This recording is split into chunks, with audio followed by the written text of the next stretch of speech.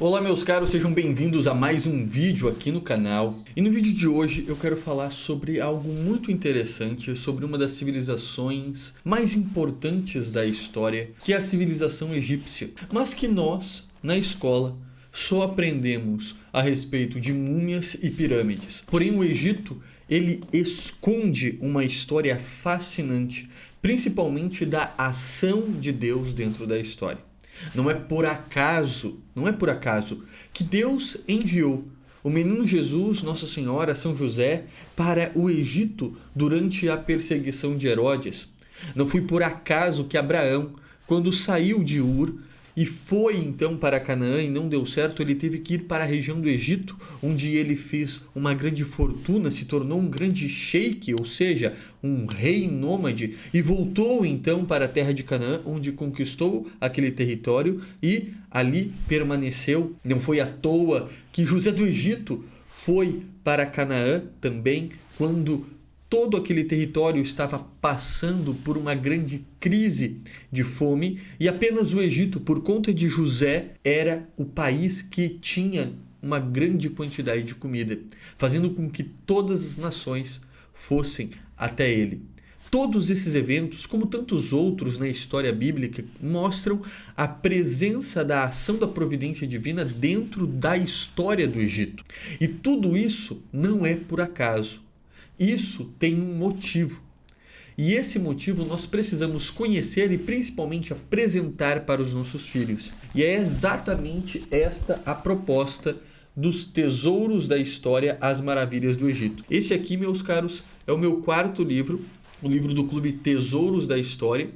E você, assinando hoje, receberá na sua casa este livro aqui, que contém, além de todas essas explicações que eu estou dando aqui, está também falando sobre a construção das pirâmides, sobre a grandeza do Egito, falando e explicando sobre o processo de mumificação, mas principalmente mostrando a ação de Deus na história do Egito e principalmente as ações que os historiadores realizaram para comprovar a história de Gênesis e Êxodo, as comprovações arqueológicas da história de José do Egito, de Moisés e de tantas outras. E hoje eu quero apresentar uma parte deste livro aqui para vocês, que é algo que poucas pessoas conhecem, que é a relação das pragas do Egito com a mitologia egípcia. Eu vou mostrar aqui para vocês a parte onde eu comento isso aqui, ó, as pragas do Egito e Moisés. E aqui há uma relação muito interessante, muito importante, que as pessoas desconhecem. Ninguém apresentou isso para nós, ninguém explicou isso para a gente, né? Muitas vezes nós achamos que Deus enviou aquelas pragas porque ele era um Deus vingativo, porque ele era um Deus mau, porque ele queria destruir o Egito, quando na verdade tinha uma intenção muito clara. Cada uma das pragas do Egito que foram enviadas foram bem planejadas, vamos dizer assim, pela ação da providência divina, para demonstrar que aqueles deuses do Egito, eles não passavam de uma ficção, de uma mentira, eles eram falsos. E era um chamado para que o Egito se convertesse. Não era apenas para que o faraó permitisse que o povo hebreu saísse do Egito, mas era também um chamado para que os egípcios se convertessem. E também fazendo com que muitos hebreus abandonassem o culto daqueles deuses pagãos, porque realmente haviam muitos hebreus, por conta de tantos séculos que eles permaneceram dentro daquele território, eles acabaram, muitos hebreus, adotando a religião egípcia. Então Deus, ele envia cada uma das pragas com esses objetivos de mostrar a verdade para o faraó, para deixar o povo fugir, né? Voltar para a terra de Canaã, para mostrar aos egípcios que aqueles deuses eram falsos e convertê-los, e também mostrar para o povo hebreu que ainda mantinha algum culto com esses deuses, que era para eles abandonarem tudo. Então, por esses motivos é que Deus enviou as pragas. E agora você vai conhecer cada uma delas e a relação que elas têm com um deus egípcio. Vamos lá. A primeira praga, qual foi a primeira praga do Egito, você lembra? A primeira praga do Egito, ela é bem famosa porque foi o momento que Moisés transformou a água do rio Nilo em sangue. Para aqueles que não conhecem a história do Egito, o Egito ele se forma por conta do rio Nilo e de todas as inundações que o rio fornecia. Quando o rio Nilo ele enchia demais, ele inundava, os egípcios, com o passar do tempo, perceberam que isso era um ciclo e eles começaram a fazer vários canais para levar essas águas até as plantações, irrigar as suas plantações e assim eles terem melhores colheitas. Isso passou a ser feito e o Egito se tornou um rio muito importante, não apenas para o plantio, mas também para a navegação. Era do rio Nilo onde saía a vida do Egito antigo. Então, por conta disso, os egípcios começaram a desenvolver uma devoção e uma divinização ao rio. O rio Nilo era divinizado como o deus Hapi para os egípcios antigos. Então, quando Moisés transformou aquela água em sangue, né, ele ali deixou muito claro que aquele rio ele não era Deus, e sim o criador daquele rio. Que era para o povo egípcio parar de adorar a criatura e adorar o Criador. Então, era Deus mostrando que ele era mais poderoso que aquele Hapi, o Deus que fornecia tudo aquilo que os egípcios precisavam. A segunda praga é uma praga muito interessante, é a praga das rãs. Né? A praga das rãs, ela está ligada a uma deusa egípcia chamada Requete. Essa deusa, ela é como vários dos deuses romanos que eram zoomorfos, ou seja, eles tinham corpo humano e cabeça de animais. E essa deusa especificamente era a deusa da vida. A deusa Requete, no Egito Antigo, ela tinha o corpo de uma mulher e a cabeça de uma rã.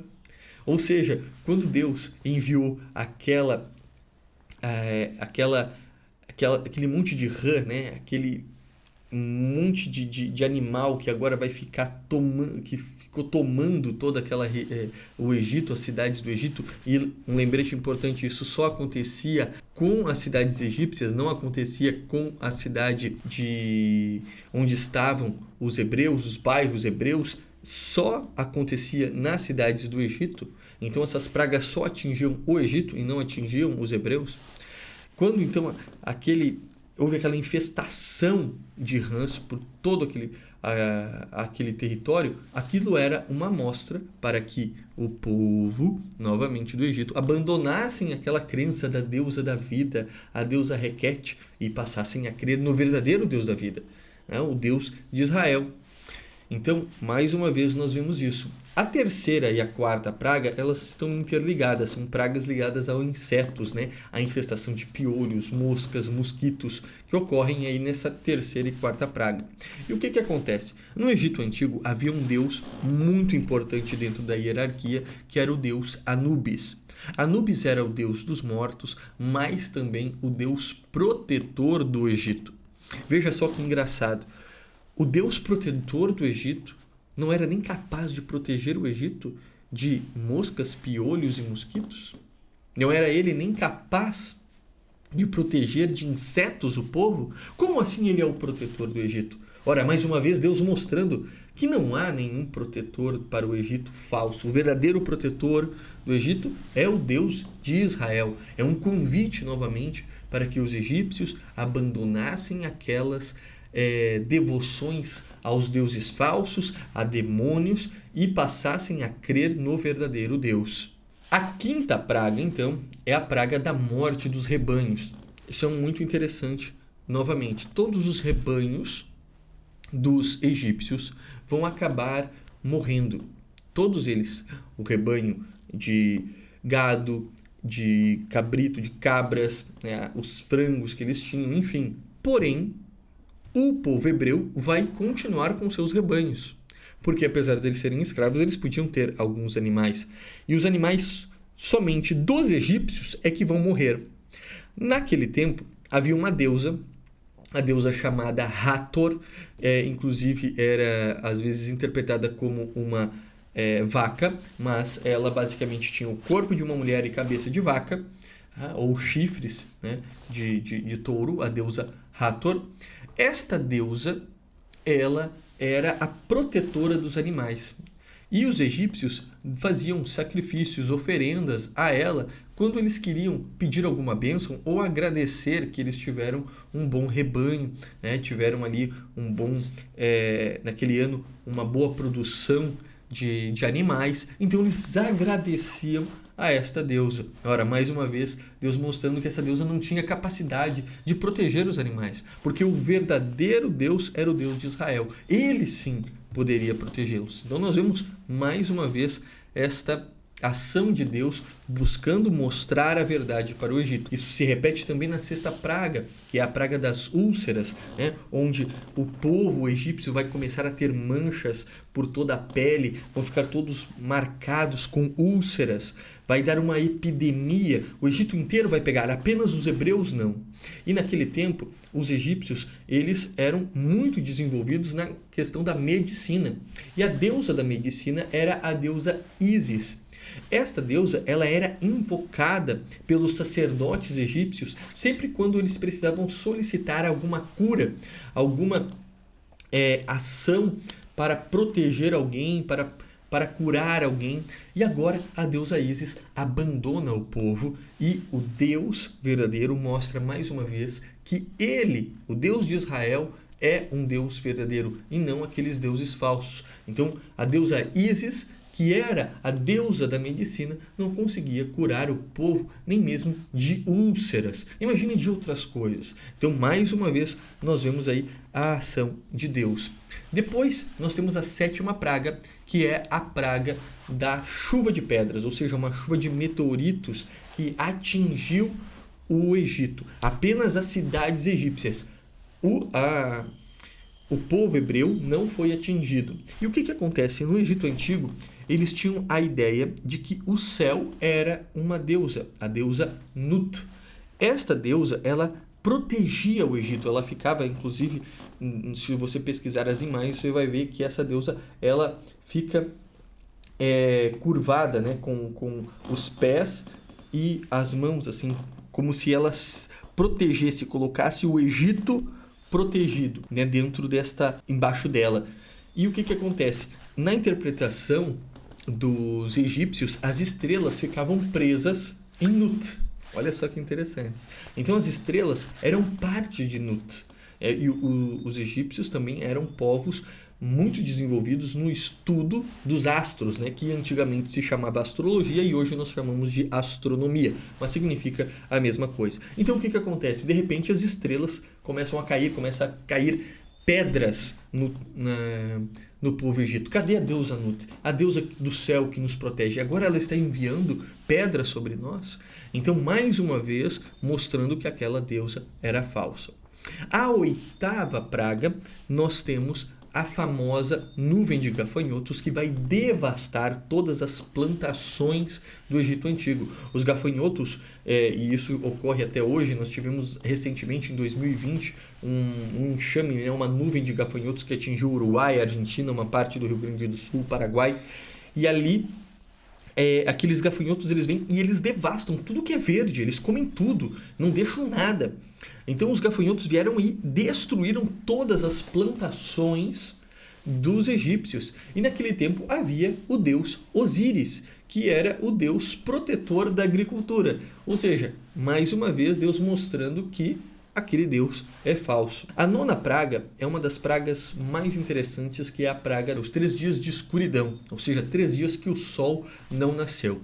Muitos arqueólogos, biblistas acreditam que tenha ocorrido alguma erupção vulcânica em alguma região e que aquela nuvem de fuligem ela veio e atingiu o Egito, fazendo com que o sol ele não pudesse ser visto. É a principal possibilidade, alguma explicação científica para esta ação da providência divina. Mas isso não diminui a ação da providência divina. É apenas uma explicação do fenômeno, mas não da causa deste fenômeno. Entendem? Então, a causa ela é divina, foi a ação de Deus. Porém, Deus pode ter usado um vulcão para ter tampado ali o Egito.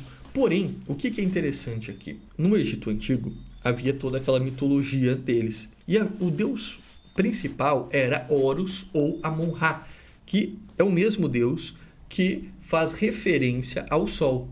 Amon-Ra e Horus, eles são o deus Sol. É o Sol que é divinizado. E eles acreditavam que esse deus ele lutava com Set, que é o deus do caos, o deus da noite, o deus da desordem. Lutavam todas as noites, ambos lutavam, e assim, quando o sol nascia, Amon-Ra e Horus venciam, e por esse motivo o sol nascia. E de repente, durante 3 dias e 3 noites, o sol não nasce. Ou seja, mais uma vez Deus quer mostrar que aqueles deuses são falsos, que aquela mitologia é falsa, que essa história é falsa. E que eles precisavam crer no Deus verdadeiro. Mas o mais interessante ainda fica para o final. Muitas pessoas olham para a 10ª praga, que é a praga da morte dos primogênitos, como, meu Deus, Deus é mau, Deus é vingativo, Deus ele está realizando uma coisa terrível. Por que matar os primogênitos do Egito Antigo?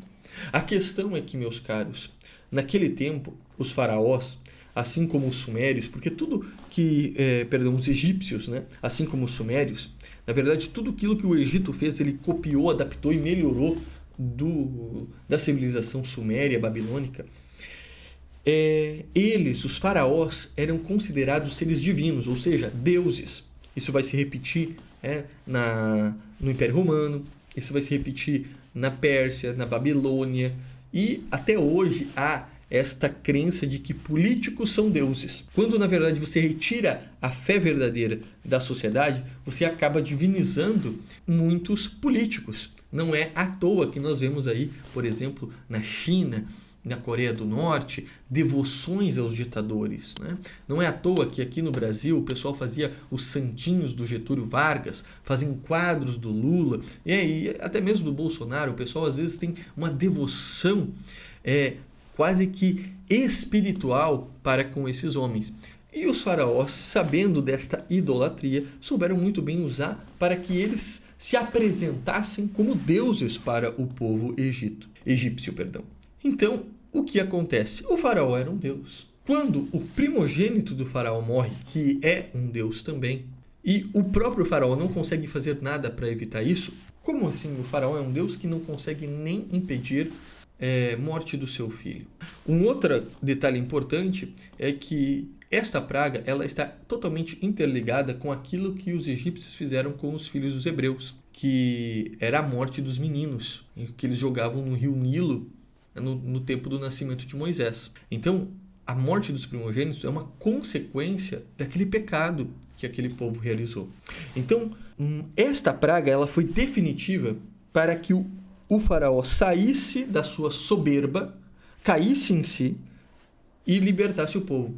Se o faraó tivesse sido humilde, desde a primeira vez, desde o primeiro pedido de Moisés, nada disso tinha acontecido. Mas a soberba dele fez com que ele sacrificasse o seu próprio povo e ele perdesse o seu próprio filho por conta da sua arrogância, da sua vaidade, da sua soberba, por achar que ele era Deus. Então, a partir deste momento, ele liberta e o povo vai em direção ao Mar Vermelho e acontece toda a história que nós conhecemos de Moisés. Mas veja como cada uma das pragas está ligada a esta mitologia egípcia. E eu pergunto a você sabia disso?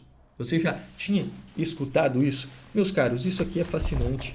Assinem agora mesmo Tesouros da História. Levem isso aqui para casa de vocês. Entreguem isso aqui para os filhos de vocês. Seus filhos precisam conhecer a história do Egito, muito além daquilo que a escola apresenta.